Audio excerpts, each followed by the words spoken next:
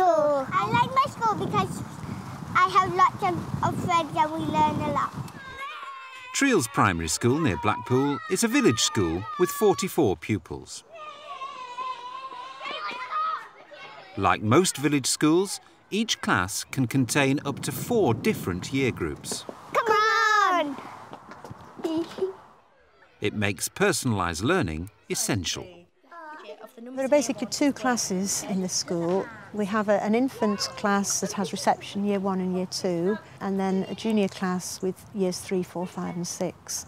I think personalised learning is the children participating in their own learning journey. And as long as that participation is there and they own their learning journey, then they're going to take it on board. But I also think it's making decisions that involve their life here. In this programme, we'll see how pupils have autonomy and independence outside the classroom, and how personalised learning works in other areas, like literacy and maths. I think I have worked harder this lesson and I've enjoyed it with David. The Eco Committee is all about looking after the school and the environment. It splits into 4 different groups, such as the Tree Sparrow, the School Grounds, the School Council and the Healthy Schools Committee. Every person in the school is on one of these different groups. The School Grounds Committee meeting today is all about what jobs need doing and everything that we're going to be doing throughout the year. We're also going to be given some trees that we can plant over the school, so we need to decide where they're going to be put. Well, I think we could actually put the trees. If we made a spare place for the trees, we could put it there. Yeah? Yeah.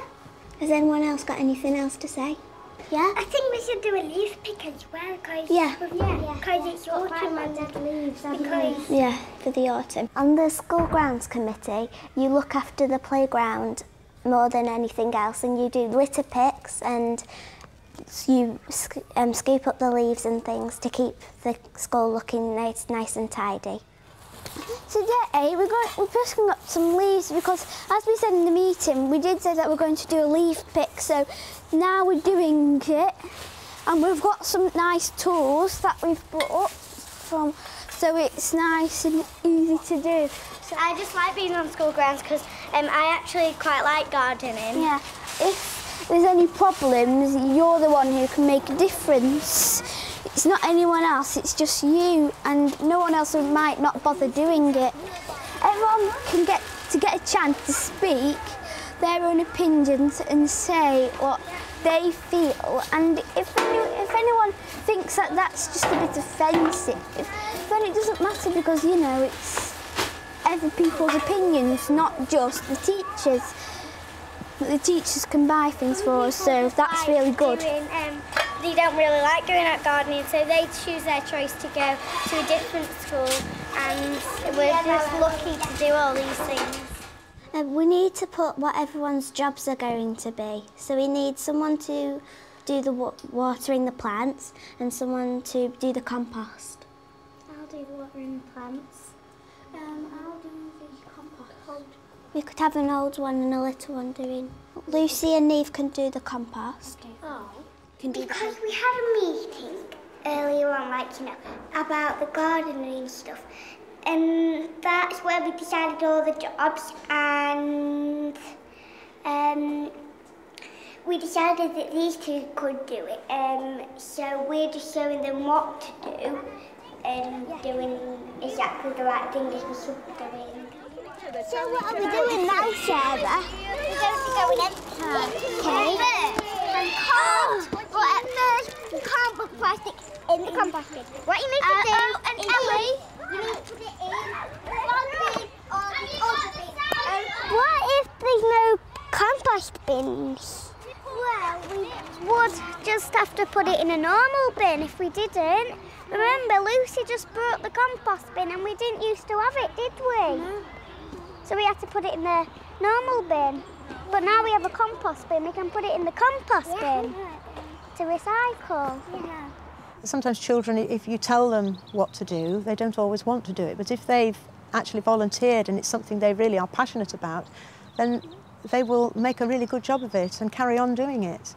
In the tree sparrow group, you have to look after the endangered species, such as the tree sparrow, and every Monday, Wednesday and Friday you go out to the field in different groups and you feed them. Are there any problems with like the seed or the equipment?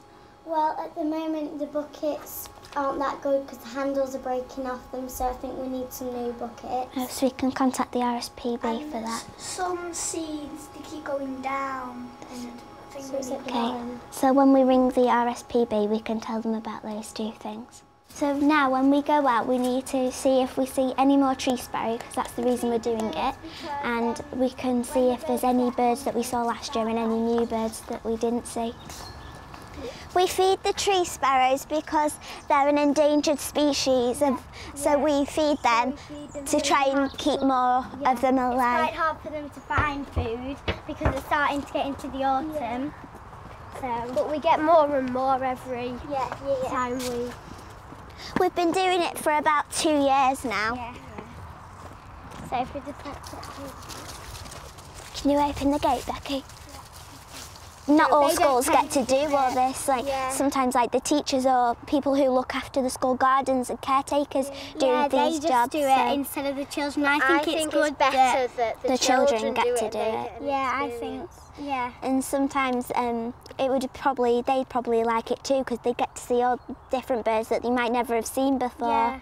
Because we like it so much, we don't forget because they enjoy it. Every dinner break, we always tell each other that it's the birds today, and every single day, we always tell each other that it is the birds.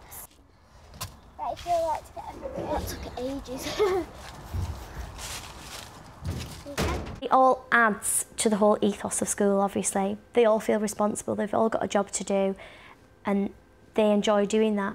But it also comes back into the classroom because it does make them more responsible, it makes them more independent, and because they're doing this outside of the class, it's second nature then just to do it within the classroom as well. Right, we've had quite a lot of time there to have a go at this writing, and I hope we've all had the chance to do a really good piece of descriptive writing. What we're going to do now is we're going to have a look at each other's work, read it through and mark each other's work. So what we're going to do in a moment is we're going to swap books and you're going to have a good read of it, and then at the bottom of the page I'd like you to write one comment in your friend's book to tell them what they have done really well. Then I want you to choose something that they could perhaps do to make their work even better. So write a sentence telling them what they can do to improve their work. Look, so she won't be able to read that. Worms and eels are shaped like rolling hills. Should I do a little smiley face for you? Yeah. Well, I've read through Emma's work and I've put how she needs to improve, and I've put what she's done nicely, and I put it was really good because she'd done a sentence and then she'd made it better, and I thought that was quite good, like she's done there. Yeah, I said she could improve by putting the words closer together. Yeah, I think it's a good comment because I do need to put my words closer together. And but I don't really mind because she was told to put what I need to improve, so that's what she's done. I find it quite hard actually because you don't really know what will upset them and what won't upset them. I think you just have to really look at the pictures and put down what you really can imagine. It's quite nice because they've noticed something that you can do better, so they're telling you something for the next time you do it. I would prefer someone in the class to do it than Miss Clark all the time because it's just your friends and they can put an honest point of what your work's like. Well done, Olivia. You have wrote a good description setting of our storybooks. You have put lots of similes in, and that is good. So well done. You just need not to put as many the's in it. We establish different ways of marking and assessing the children, and sometimes their own friends are involved in assessing and saying how they could improve. You just need to improve your spellings, but the sentences are superb. You've also put some fantastic words in this piece of description too. They weren't very good at it at first, but the more they do it, the more they realise, oh yes, I could actually do that. And it just moves on from there. So what exactly have you done in this lesson? What have you learnt about? Decimals. Right. What's the first thing you did? Fractions. Right, what we're going to do now is then we're going to read these out. As you read it out, you can bring it up and stick it on the board, and then we'll see what everybody has managed to learn in this lesson and if they've managed to achieve the success criteria. Bill. I have met my yellow by adding fractions and decimals, and I have enjoyed this lesson and would like to do it again. Thank you. Emma? I have met my yellow by learning about fractions and decimals. I found this lesson very easy and I would like to do it again. Well, the children have just assessed their own work at the end of the lesson here using these post-it notes. And what I'm doing is I'm going through to see who really has understood what they've been doing and if they feel they've met their objective. And I'll take ideas from this to put into my lesson for tomorrow. So if I think they really have understood it, then we'll move on. Some of them haven't quite got it, then we'll readdress what we've done today. I'll also later on, once I've marked the children's books, I'll add other things on to my plan and I'll be able to tell more whether they've met their objective or whether they need a bit of revision on the areas that we've covered today. Now we're going to look at your targets at the front of your book. Do you remember what we're looking for? What do I keep asking you children to put into your work? Finger spaces. And are you doing it yet? Yeah. Some of you are. Lauren is just beginning. Should we just look at Lauren's work and see? Because she didn't have finger spaces there, did she? She only started to do it last lesson. So that is absolutely fantastic. It means if you can do it again, we'll be able to tick it off, won't we? Children need to know how to improve, and they need to know that it's in their power. If they do this, this and this, then they can achieve that. And it's only through the targets that they understand that. The targets help us because if we do what they say, we get more better at working. They're trying to help you do more work. So when you go to high school, you can do it better. Yeah, because at the moment I've got some, those are my old targets, those are the reading targets. And if you flap up work, those are my last year's targets, and then if you come to the back, those are my targets for this year. When I was a bit younger than I am now, I couldn't do my finger spaces, but now I am doing my finger spaces. I felt really pleased with myself because I had done it. Having taught in a secondary school prior to coming here and a larger primary, I feel that personalised learning is still something that could be done in almost the same way as here. Within the year group that you're teaching, there's still the wide range of ability, and it's the idea that all the children just need to know where they're going, regardless of the situation and the number of children. Sometimes we help each other. Yeah. Yeah, whenever we're stuck, we help each other.